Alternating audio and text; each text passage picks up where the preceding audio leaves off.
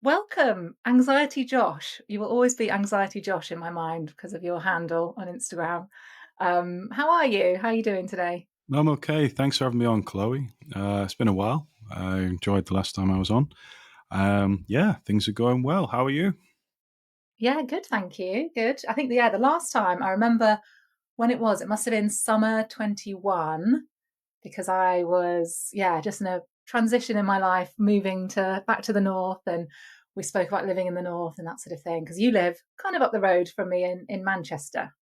Yeah, that's correct. Yeah, well done for coming home. We've Yes. missed you. Here, have your cup of Bovril and your chips and gravy. You'll be all right, and that's all you need. And Yes, how's that's your gut biome while we're here?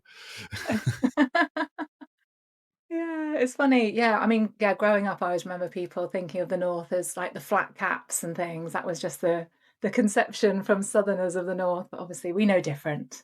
We know different. Yeah, I Um, hear you. I'd love to hear from you. So you got a book that came out recently that, and I'd love to know what how did you come to write this book? Because it's a little bit different to other things that you've written, and it's quite unique, I think, in its style. Yeah, so I wrote a book called "And How Does That Make You Feel," which is obviously a cliche trope. I've never ever said that, and as a therapist, nor do I I say definitely it in the have. book. Have you? Oh, you'll never forgive yourself when you still say it again. How does that make you feel? As I don't really ever say that.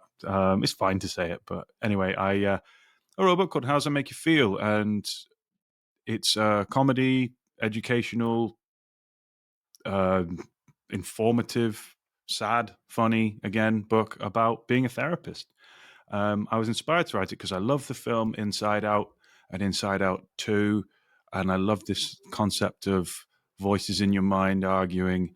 And I thought, how could I combine the love of therapy and showing people what therapy is about? Because maybe people are quite scared of therapy or they don't know what to expect. As well as fellow therapists, if, to read, to invite you into my therapy practice to not only show you what happens in here. So there's four client in air quotes case studies, and also the inner workings of my mind. So there's 13 different voices all chatting away, arguing whilst I'm trying to be a therapist. I basically let you know in on my thoughts as I try to work with four really interesting case studies. Um, and yeah, it's interspersed with stories from my life, some of them quite shocking, why I became a therapist, and it's all done in little chunks. So so it's not too much. I like a episodic book with different bits, and yeah, it's been described as a page turner. It's doing really well, and yeah, if you like laughing and crying, or laughing and crying, and learning about psychology and how an anxious therapist works, far from perfect one, then yeah, and that's what and how does that make you feel is about. And I absolutely loved it, and there were definitely lots of moments of laughing out loud, and one thing, like, maybe only therapists would, like, get this, I'm sure, yeah, other people would find it funny too, but as a therapist, things like you sharing, "I'm just aware of the time," this very common thing that we say when it's, like, 5 minutes towards a session and you want the client to kind of wrap things up, that just really made me laugh. Yeah, I'm just aware of the time now, which is code for you've got 3 minutes to get out. I'm joking. It's just a nice, kind way to say, like to shape the expectations of the time boundary of the session. But yeah, there's loads of little bits in there. I often get messages from fellow therapists about my collection of Therapy Today magazines getting so heavy and so unread that they just made one of my shelves collapse, which happened during an afternoon where just so many. I collect them Brilliant. because I think I'm going to read them, and I don't. Uh, there's little bits about that, whether you're a therapist or not.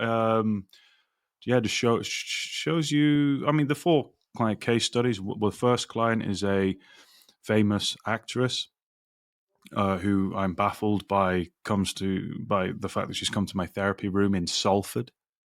And why have you come here? And so I'm getting over my own imposter syndrome as a therapist. Second therapist is by the way, this first client struggles with nocturnal panic attacks and self esteem and identity issues. Second client is a nightclub bouncer who struggles with OCD and intrusive thoughts. And he thinks he's a bad person for having these things, and he's also tied up in some other scary stuff. The third client is a GP who struggles with panic attacks and agoraphobia and driving anxiety. And the fourth client is a young lad who's just moved to the city, and he's got a bit of depression and a dark secret that he's too afraid to tell. And yeah, I show you these stories, plot lines, how I work, and as a therapist to show you that actually, it's a process that can be transformational when there's a nice therapist client connection. Yeah, and I guess for so many people with anxiety, it takes them a long time to go and get help. I think Anxiety UK said the average amount of time people sort of struggle and are not getting help is about 10 years. Hmm.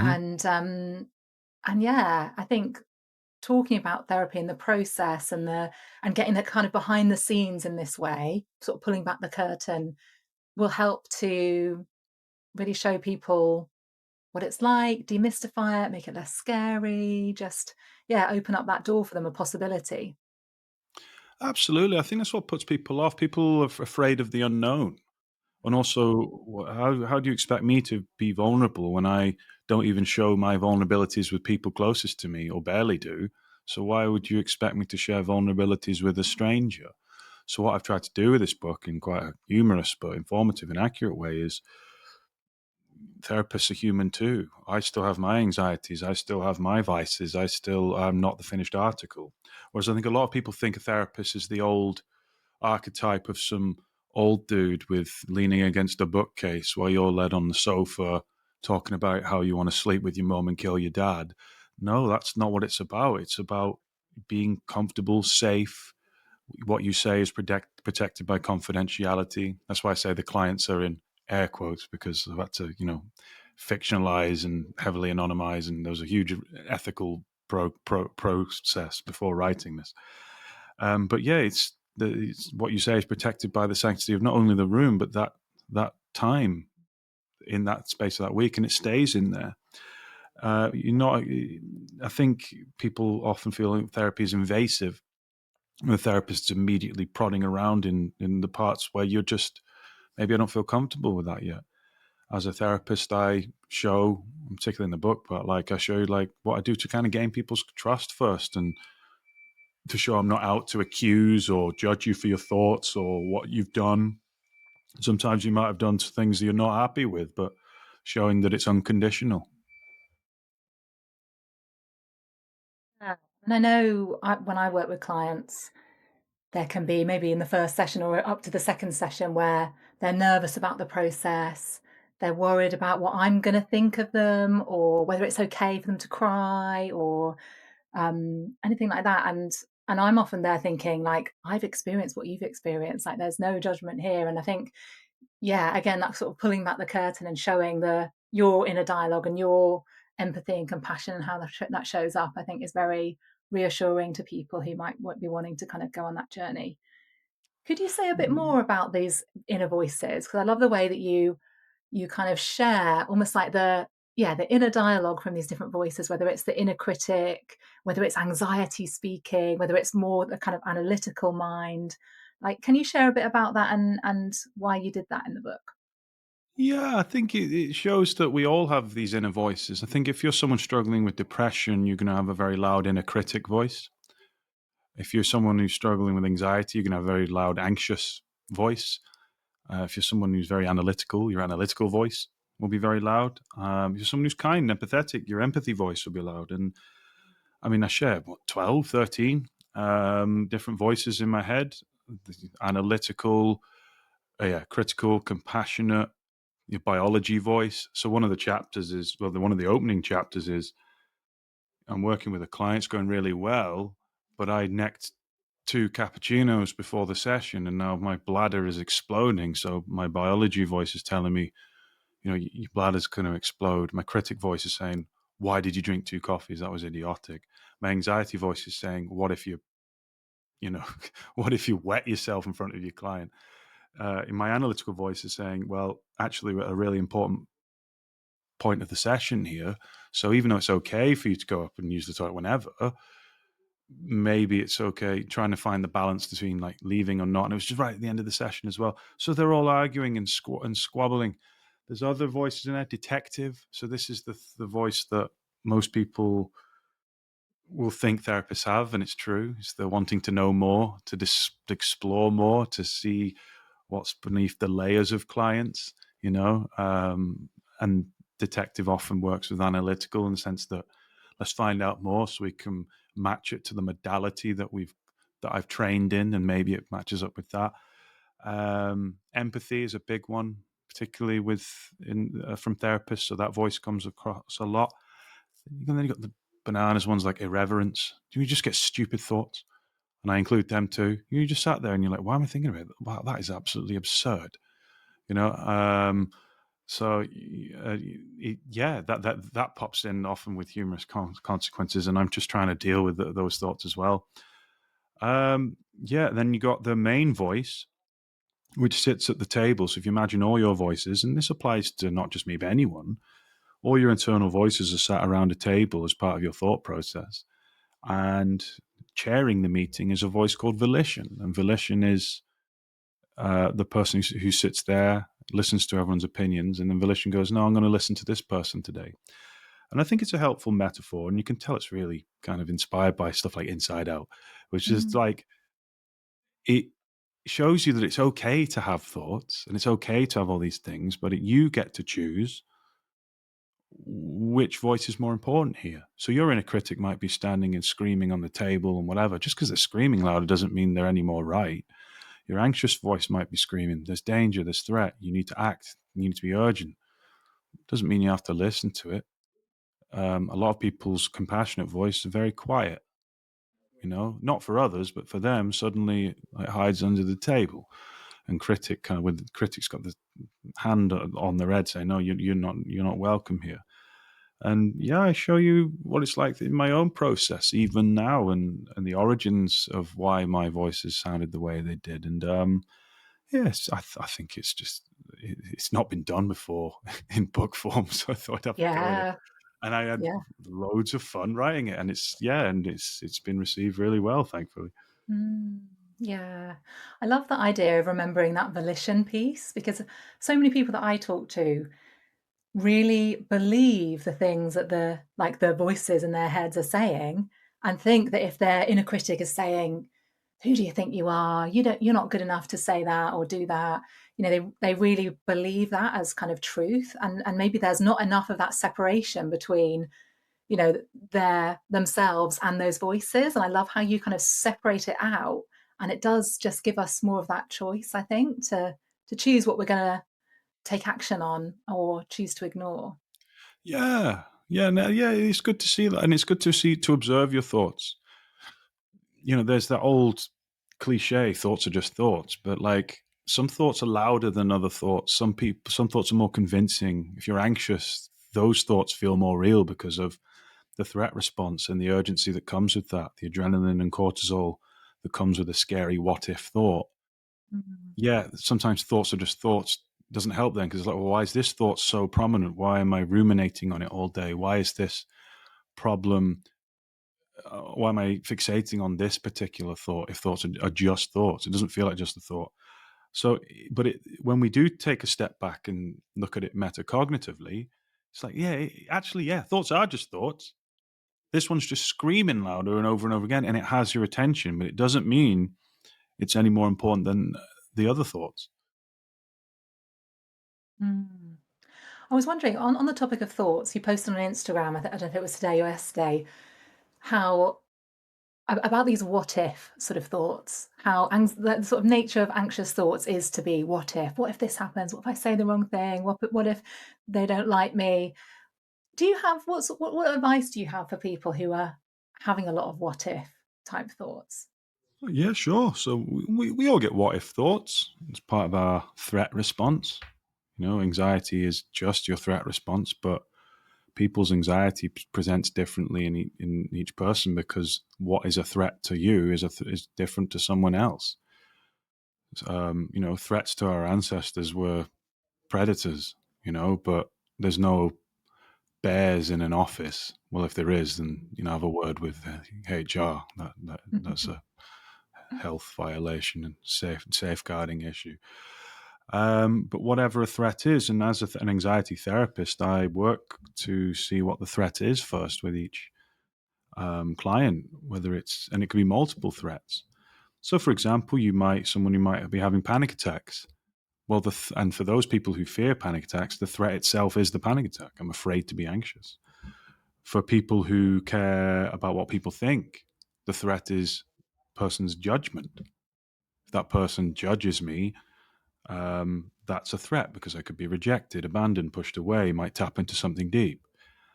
Also, it has again an evolutionary advantage to care what people think, that fawn response, because when our ancestors are in tribes and the leader alpha of the tribe, wasn't happy. You have to keep them happy, because if you don't agree with them, you're booted out of the tribe, and you ain't going to survive the wilderness on your own.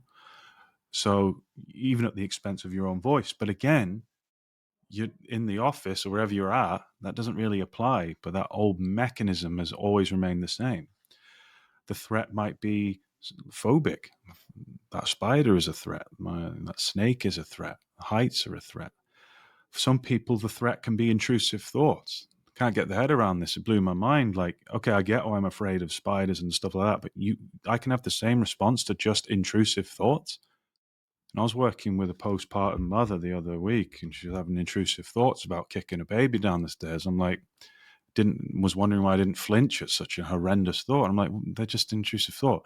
Your body has gone through so much hormonally, energy wise, resource wise. Don't be surprised if that threat response starts misfiring and trying to find a reason for why you feel like this way. And so it goes, well, I don't know, what's the threat in this situation? Maybe you're going to harm someone or something. It's just throwing out suggestions, but obviously that's so horrendous to people. They're like, and that becomes a threat. So if you're struggling, someone who struggles with intrusive thought, that's the threat. Maybe the threat is your self-esteem, not being accepted. Perfectionists and people pleasers, they're like, well, if I perfect and perform to 100%, no one can disapprove of me, and therefore I can approve of myself. Well, actually, no, that's not healthy, because you're never going to please everyone. They're usually people with parents who are just really annoying. Just like, you've worked your ass off all week and you get a B in your English exam. And then, you go home, you're dead proud of it. And when your parents goes, why wasn't it an A? You need A's to get into a red brick. And it's just like, what you're interjecting there, that your efforts and intentions mean no. Just the fact that your parents can live vicariously through you. And that's where people struggle with self-esteem, and that can become a threat too. It just depends what the threat is. It could be many things. Health anxiety. You ever Googled a headache? It's really fun. Next minute, you're Googling funeral ideas because you realize a headache is 10 aneurysms and a brain tumor, because your threat response is on. That's why you should never Google your symptoms, because when you Google your symptoms, you're already anxious. So your threat response isn't interested in you're dehydrated, you had 7 beers last night, and all those things. It's interested in the threat. And the threat to life Yeah. is maybe you've got brain cancer. It's not interested in the obvious stuff. So yeah, I think when it comes to what ifs, it's always threats. What if there's something wrong with me? What if they don't like me? What if I'm going insane? What if I'm going crazy? What if my boss doesn't like me? What if this appraisal means I'm going to lose my job? What if my relationship breaks down? What if this intrusive thought means something about me? It's all just threat manifesting in different ways. Sorry, I was ranting on there. Yeah, but you've named and kind of yeah, called out for all the people who are listening, all those different things that they might be experiencing. And I think, yeah, sometimes just hearing people name something, I think can be quite freeing, because you realize that you're not the only one. I think so often, I know for me with anxiety, there could be really this sense that I was the only one that had ever experienced this, and there was something wrong with me, and that's why I was so worried about what other people were thinking. But actually, yeah, just hearing it all laid out like that, I think, is quite helpful in itself. Mm. Yeah. So what? And then once you've thought about the threat, is there like another step to that, or what would you say for people to do once they can identify what that threat is that they're Oh yeah, good question. And also, yeah, you're right. Anxiety feels very isolating, particularly if you've got an mm, internal critic that is telling you that you only feel this way and everyone else has got their shit together. They've not. No one has. I've never met anyone Yeah. who's got it together, particularly me.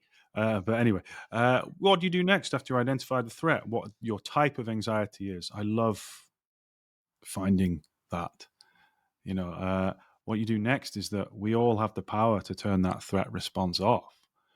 And in my modality of training, which is a mixture of humanistic and cognitive, third wave cognitive behavioral, is we then turn the threat response off. How do we do that? Well, let's have a look at psychoeducation. So I can try and talk to my anxious response, the threat response. Hey, Mr. What If, actually, I think I'm safe and I'm not dying and I don't think the world's abandoning me. Can you turn off now? That doesn't work because the brain isn't wired, the threat response, the amygdala is not wired to the thinking brain. So you can tell it all you want, you can sing to it, you can do all sorts, but it's not wired that way. So the information doesn't hit it. It's annoying because it's a one-way line. So the threat response can tell you there's a problem, but you're not allowed to an answer back. So that's really horrible. Why do you do that? You can answer it back, but not with words. You answer it back with your behaviors and attention.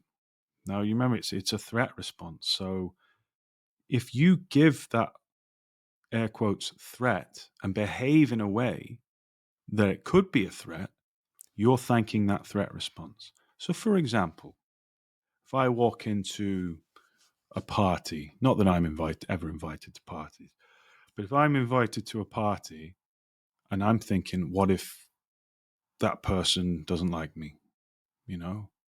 So then I'm in threat mode and I might start acting like I'm in threat. So instead of acting like myself, I'm acting out of anxiety, which is thanking the threat response. So then I go over and I start people pleasing. I start laughing at jokes that are just not funny. I start making everything about being a yes man. Yes, yes, of course, yes, and everything. And then there's all this placation and I'm doing everything. And then later, when the threat response still hasn't turned off, I'm in the shower and I'm thinking, was I all right then? Did I please that person? Did I say that joke did it not land? Did I offend someone? All this is your behavior and your attention, and you're thanking the threat response. Now, I'm not saying turn up to the party and just put a pie in their face. That's assault. But also, it's just like, well, where are you in this? Why are you acting out of the threat response? Same with panic attacks. I was stuck indoors for years, well, not years, but a long time, months, with agoraphobia and panic because the threat to me was having a panic attack. I found them terrifying, so I tried to avoid them. But every time I try to avoid it, I'm thanking the threat response that panic attacks are dangerous. So I stopped having panic attacks when I was willing to have a panic attack because I was showing the threat response. You're not dangerous. You're just uncomfortable. Same with stuff like public transport. I was afraid to go on public transport. Well, I'm going to go and be anxious on public transport to show the brain that it's not needed here. And it requires courage and bravery. And again, I did it. I showed the brain this ain't dangerous. It's cool. Again, it depends on what the threat is. And as a therapist, we identify what those threats are. This is why the question I often get, like on radio and stuff, is what's your top three anxiety busting techniques? I'm like, we don't bust anxiety. We show it's not important by being willing to experience it. Also, kimchi. I'm joking, but like also like just learning about what it is, learning about what If your only, barriers if it was that easy. are. Yeah. Yeah, if that makes sense. Yeah, definitely. I love that idea of kind of don't thank the anxiety by kind of pretending that it's, ex you know, you reinforce it basically by avoiding. And so I think what you're saying. So would you say Yeah, it's like an exposure therapy type of thing that you would suggest for people? yeah, it's a form of exposure, yeah, a little bit of the time. But what you're exposing yourself to? Some people they're exposing themselves to fear. Some people they're exposing themselves to shame, and that's a horrible feeling. Some people expose themselves to guilt. Some people expose themselves to, yeah, open judgment, and that's not a nice feeling. So we avoid those feelings too. So yeah, it is an exposure, but it depends on what it is you're doing. Like for me, Mhm. I've done exposures around like shame around being masculinity and what it is to be a guy. And actually, that wasn't me. That conventional masculinity in that sense wasn't me. So then my exposure was to practice being my ideal self, i.e., who I think I am, around people whilst feeling shame. And that helped me in my brain to learn that, see, the world doesn't fall apart when you're you. And because I was willing to do that, it gets easier. A lot of people fall into the trap of, "Oh, if I'll just fix myself at home and then it's fine and then I'll go out and everything's fine." No, the fixing happens when you do. Oh, I don't even use the word fixing, but the healing, whatever, happens when you do it, when you work with those feelings whilst being you. There are exceptions. If, say, like you're struggling with PTSD, you might need specific interventions with that. This is only the way I work, but like, yeah, like if you've got flashbacks and stuck memories in your hippocampus, that needs interventions, things like EMDR, trauma therapy, etc. But in general, I'm in my practice. There's a lot of get your shoes on and let's go feel those feelings we don't like in Tesco. Yes, yes. And I know, yeah, for me, my own kind of path with it all, that was a big part of it in sort of getting over social anxiety and public speaking anxiety, which for me was just horrendous to the point where if I had to do any kind of public speaking, well, I've had panic attacks for public speaking, but even like like a job interview, not for a corporate job, it was like an NHS job, so it wasn't like super high pressured or anything, but for 3 weeks beforehand, I was nervous, I was running to the loo constantly. It was horrible, and the only way that I could overcome that is by putting myself in situations where I was meeting new people, putting my hand up in a group and asking a question, sort of forcing myself to do that. Um, yeah, just kind of getting out there and doing it and feeling it's like that thing of feel the fear and do it anyway, but Yeah, your nervous system learns, "I'm not gonna die." You know, even yeah, if my mind goes blank for a minute and I have to gather myself for a moment, actually, I didn't die, still got through it, it still went okay. And it's that kind of yeah, does that sort of almost like teach your body and your nervous system and your yeah. amygdala that actually it's okay? Yeah, you're literally teaching your threat response. Your threat response said, "I bet something awful's going to happen," and then you decided to be brave and courageous and lean into it and go, "Well, I'll call your bluff. Let's see what happens." And yeah, okay, maybe it didn't go 100%. You know, you're not like Tony Robbins and is like, "Yeah," and then to rapturous applause. But you got through it and you're probably proud of yourself for doing that. The double win is that you grow in confidence and the threat response then encodes that memory. This is why I do like it. I always think there's some form of exposure required because if you look at brain physiology, you can only rewire the amygdala when it is active. So it's imagine a little cloister or a little yeah, a little cloister, and it's like a your amygdala's in this shell. You can't get to it until you're scared, and when you're scared, it opens up. It goes, and then you can rewire it. But you can only rewire it when you're scared. And yet we live in a society where we think being anxious means you're doing something wrong. Well, no, no, that's always step one. When people come to see me, they're like, "Josh, how do I get rid of my anxiety?" Okay, step one, let's be anxious. We need to open the cloister. We need to open up the oyster, not cloister. That's a part of a church, isn't it? I Anyway, was wondering, yeah, I did get what you mean, but then I was yeah. I mistook it for Let's go with cloister, the cloister, I like Pokemon. that. There's a Pokemon called Cloyster that looks like an oyster, so it wasn't too Ah, far off. yeah. And yeah, you open it up, and that's when you can only rewire it. So we can sit at home and do all the mantras, tapping, meditations, whatever, but Mm, your amygdala isn't activated, so nothing's being rewired. But when you're doing what Chloe does, and like, whoa, okay, I'm here, I'm stood in front of these people, my adrenaline's pumping, my oyster's opened up, I'm rewiring immediately, even just by standing here, not saying anything, I'm already rewiring. And yeah, okay, I've lost my way a bit, but people do that anyway. Like that's part of public speaking. It's okay. It's not as dramatic or as urgent as your threat response is suggesting. And you got through it. And I'm going to guess you probably feel more confident doing it again. mm. Yeah, yeah. Yeah, I think that's an important point you made there about we're not really willing to feel anxiety. Do you have a sense that a lot of people just wanna kind of fix it, or there's like a level of like, you can't accept any anxiety, and so you kind of make yourself wrong for it or beat yourself up about it maybe? 100%. Yeah. definitely. I don't know if you Mm. see it as well as a therapist and stuff, but like it's the biggest misnomer. It's anxiety equals I'm doing something wrong or I'm broken. Mm-mm. Often it's the urge to fix and the belief that being anxious or excessively anxious means you have done something wrong. Often, quite weirdly and quite meta, is that what you are doing is maintaining the anxiety. And I have tried, back when I was anxious, I tried everything, but it was all as a reaction to trying to fix it. When I Mm. left it alone, and don't get me wrong, there are things that I do now to prevent myself being anxious, but preventative as opposed to an immediate reaction. So I'd be really anxious, so I'd be like, right, I need to do mindfulness. And then wondered why I was getting more anxious because, you know, focus on your breath. I can't focus on my breath. My breath's messed up. I've got air hunger. I can't take a full breath. Yeah. Why are you telling me to focus on that? I'm even more Mm. freaked out.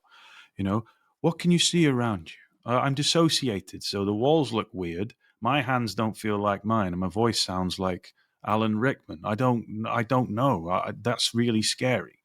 You know, Mm. um, name three things you can hear. My raging tinnitus because my ears are screaming. You know. Anyway, you can see how this one. So I tried the supplements route, magnesium baths. I used to put chamomile into my eyes. Do all these stuff, salts, things to get rid of it, herbal remedies. Done it all. Tapping, earlobe pulling, all these things. Honestly, the regulating nervous system. I tried to do that. Doesn't. I can regulate my nervous system, but not in the way that social media tells you can do it. Um, and yeah, just all these things until one day I was like, you know what? I think I'm just going to walk out the house and be anxious on the bus and see what happens. And I immediately lost resistance. It was scary, but I lost resistance. What you resist persists in psychology. I was willing without shame to be anxious on the bus. So I was dissociated, freaking out, heart was pounding, jaw was tight. My thoughts are like, you're going to die, you're going to embarrass yourself, you're going to throw up. And I was just like, I'm just going to sit there and be anxious for a bit. And I did the loop of the bus. It must have been really funny to the bus driver. He's like, you've just gone round in a circle. I was like, yeah, I think I might have left the iron on. And I was just like, yeah. And then something just clicked that day. I was like, oh, interesting. I've spent all that energy and money trying to fix myself. Maybe it was what I was doing that was the problem. Mm. Yeah, super, super interesting. Yeah, I was curious about what are some of those things that you do personally to keep keep anxiety down, or you mentioned sort of nervous system regulation. Are there certain things that you do for that? Yeah, definitely. I mean, I never. Do you remember that song by Warren G? That Regulators. I Sing always it for have me. it was. uh, Oh no, I oh can't. yeah, yeah, no, no, I've got it now. I've got it. I've got 90s it. hip hop. I would murder Yeah. it. Um, so it's called Regulators, and I always have that song in my head. What people mean by regulation is that they think they can force neuroception, which is the shift between the sympathetic nervous system and the parasympathetic nervous system. Sympathetic nervous system is when you're stressed and anxious, which is great. It's fine. You can use that. Don't use it. It's really helpful if you've got a big workload, if you're a parent, if you've got all these things, a lot of your day you'll be in sympathetic nervous system. Great. You know, that's what it's there for, to get through stuff. We can tolerate stress, but it needs to be balanced with parasympathetic nervous system, which is rest and digest. And, you know, when we're chilled out watching Married at First Sight, eating ice cream, not caring about the world, that's great. That's we're chilled out or sat on a lilo on holiday, floating around without a care in the world. That's your parasympathetic. Now, when your nervous system split shifts between the two, this is called neuroception. It's a cool name. It's like that would be my band name if I played an instrument or had any musical ability. Neuroception. I'm in parasympathetic. I'm in sympathetic, and these shift. There's a misconception or a belief. Sorry, Freudian slip. There's a belief that you can activate that yourself immediately. No, you cannot. You know, anyone who's anxious who then eats a heavy meal, you try and forcefully put yourself into parasympathetic nervous system. It doesn't, for me, it doesn't work, particularly if you struggle with anxiety and anxiety disorders. However, there is a flip side, in my opinion. So yes, I want to have more time in parasympathetic nervous system. So I always use the stress jug analogy, which is, let's identify what's in my stress jug. Okay, so I've got stress going on now. I'm a parent, I'm working, maybe I'm arguing with my partner. Actually, there's been stuff in my stress jug for years. Maybe I've gone through grief, trauma.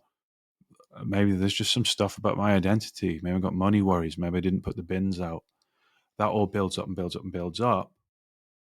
Then when it overflows, we get put into sympathetic state, not our choice. The body's like, I cannot sustain this stress. And then for some people, they believe, oh no, just put yourself in parasympathetic state. I was like, no, if you're super stressed, that won't happen. You've just got to sit and be in sympathetic state for a second, because this is a warning that this isn't sustainable.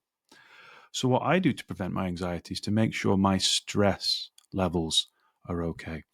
And this is where actually you can regulate. So when you're super stressed at work, not anxious, not in the midst of anxiety where you hate it, not when the jug's overflowing, but when you're super stressed at work, and you and I will get it all the time, I imagine, Chloe, but like when you're super stressed, stopping and taking a deep breath and being mindful is brilliant.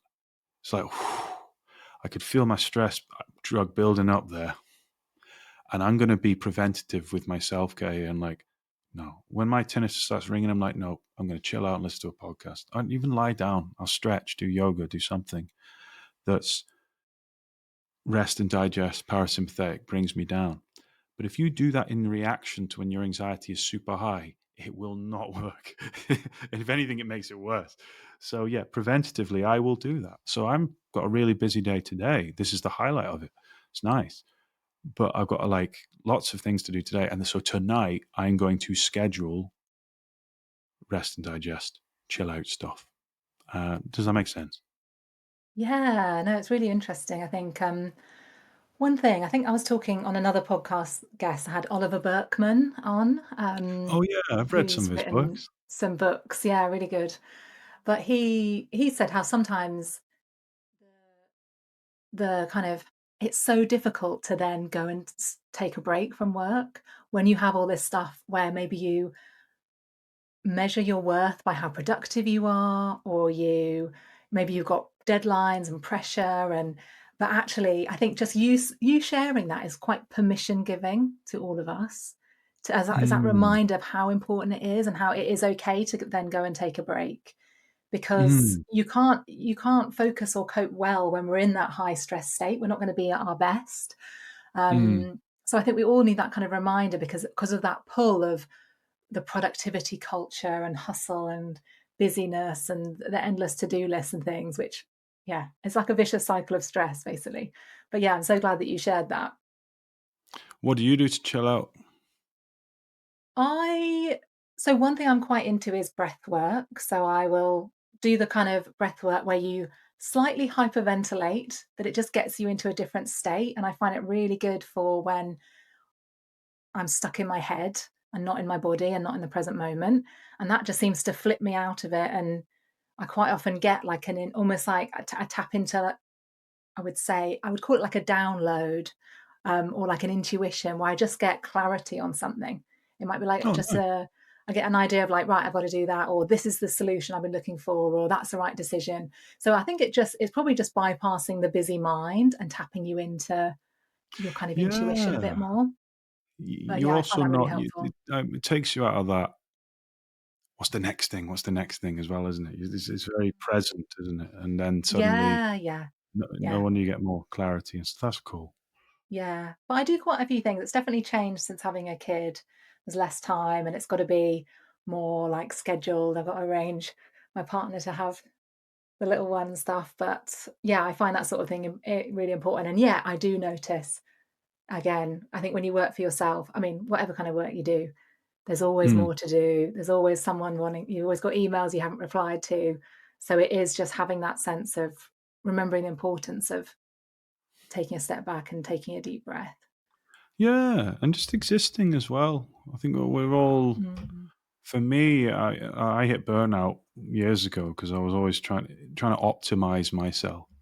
Any any kind of spare time, well, that's time I need to be productive and optimize myself. And you're Mm. surrounded by all this advice, do this, where's this, boundaries around this. Do you know what I do to relax sometimes? I'll just scroll stupid Dachshund memes on TikTok.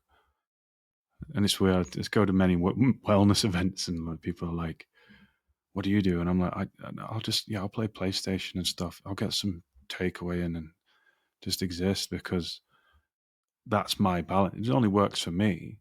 But Mm. I had to get out of doing mode where even my relaxing mode was doing something. Right. I was just being, an absolute mess, unshaven mess in my pajamas, eating filth, playing computer games. And you know why? Because I stopped thinking about everything what I should be doing, and that works for me. And it just depends. For you, might be just a nice book somewhere or somewhere quiet, going for a walk, seeing friends, going to a music gig, switching off, not necessarily doing, but just being. And that's what regulation is to me is, am I doing here? Sympathetic nervous system. Am I being parasympathetic nervous system? And I have to remind myself, there's been a lot of doing, particularly on book launch and stuff. There's a lot of doing and lots of Mm. fears and things like that. And now afterwards, I had to take to my own therapist and be like, I need to be more being. Mm. Mm. Yeah, I love that. Love that. I was going to ask you, I don't know if you maybe have touched on that, but a question I always ask my guests is what's one thing that you're struggling with at the moment and how are you kind of moving through it? I'm struggling a bit with a fear of claustrophobia and heights. So it was really bad because I had a horrible internal critic where it would say, you're an anxiety therapist and an expert, high profile expert on the subject. How can you have claustrophobia and heights? So my internal critic used to be very loud. And now I've been a bit more compassionate. So it was like, well, we all have our things and this is mine. Doesn't make me any less of a person. Um, yeah, that. And also, I'm just dealing with some tackling that sense of urgency. So it feeds in nicely to what we spoke about today. And what you've asked is like taking those breaks. So, and having those almost disciplined boundaries around when I get really intensely fixated on work to actually just take a break for a little bit and chill out and do silliness. So, being silly for 10 minutes actually helps me to be more productive later on as opposed to just churning and grinding and trying to get everything else out. And I'm trying my best to do that at the moment. It's getting better, being a bit more disciplined. But yeah, those are the two things I'm working on, even as a therapist. We all have our stuff, and that's mine. Mm. Yeah, I think it is really important to remember that idea that we all have something. And I think I was talking about this with Anna this morning, Anna Martha, who was on the podcast earlier today, your friend, Yeah, that Anna's great. we all have something and to kind of expect ourselves not to kind of goes against like what's human. Like, of course, I fail sometimes, and I tell myself, I shouldn't be failing. I should know this by now somehow, but of course I fail. That's part of the deal. We're messy as humans, and so that Yeah, acknowledgement and kindness, I think, is so key. learn to fail. We went to the same college. What grades did you get? I'm trying. I think I got You look like a an good A's, B's question. person. I think I might have got A, B, C. I think I got a C for English Lit. Can't Did you? remember. Or Ooh. maybe I got ABB, I can't no, maybe it was ABB, but it C in definitely wasn't English all lit and A's. yet writes a successful book. What does that Yeah, tell you? I oh, I got can't C, C, D, E. Whoa. Yeah. At a very established college, they looked at me and like, you've brought our yeah, numbers down. Stop letting in the council estate kids from now on. These standards need to be held. Yeah, but that learn to fail. I learned to fail mm, early, and it's mm, nice to learn to fail early because then you realize the world doesn't fall apart, and you can always learn from it. I know it's lame, but like, there's no such thing as failure, but learning opportunities kill me. mm, But yeah, it's true. Like, you do learn so much more from it. What do you learn if you just get everything right? Nothing. You learn that you just get yeah, everything right. There's no development. There's no progression. yeah, I love that. I think, Yeah, it's funny, like, when you're doing your GCSEs and stuff, or, like, for the first couple of years after you do them, everyone asks you, or, like, if you go to uni, like, "What did you get for your A levels or your GCSEs?" And then as soon as you get to, like, 30 or, like, even probably, like, late mid-20s, and, like, no one gives a shit. Tell that to Yeah, all the no kids wonder. really I stressed don't about even their include exams. my GCSEs on my CV. Yeah, Uh, no, yeah. no, I remember my GCSEs: A, 2 A's, a B, 3 C's, 2 E's, and 2 fails. Uh-huh. My mate looked at my, grade slip, he's like, "I can spell fudge with your grades." I was just like, "Thanks." But, then there was some A's in there as well, just Yeah. clearly I was interested in some subjects and probably misbehaving in others. Mm. I think it's so good to talk about these things. I think, yeah, it's interesting. Like, it is really easy to look at people who are kind of successful, or they're doing interesting things, and to think that they've always had it easy, or they're just really smart, or they're really academic, or I don't know. But actually, when you talk to people and find out, we all struggle with things, we all have ups and downs. And I think, yeah, we just need to be kind to ourselves through that, through the roller Mm, coaster of life. absolutely. Where can people find out more about you and get involved with the sorts of things that you offer? Yeah, sure. So if anything I've said today resonates with you, and you want to find out more, I'm Joshua Fletcher, also known as Anxiety Josh. My author name's Joshua Fletcher, but if you want to see me prance about on social media, you can find me as Anxiety Josh. The book's called "And How Does That Make You Feel?" Um, Out in audio and hardback and ebook, and then the paperback's out in March 24, which would be exciting. So if you want to give that a read, or if you're someone who struggles with intense anxiety, panic, agoraphobia, that kind of disordered anxiety stuff, I've got some self-help books on that as well. Mm, brilliant. Thank you so much for this conversation. It's been so, so good. Thanks No, for it's coming really on. nice to be back. Thanks for inviting me back on, and it's really lovely to see you.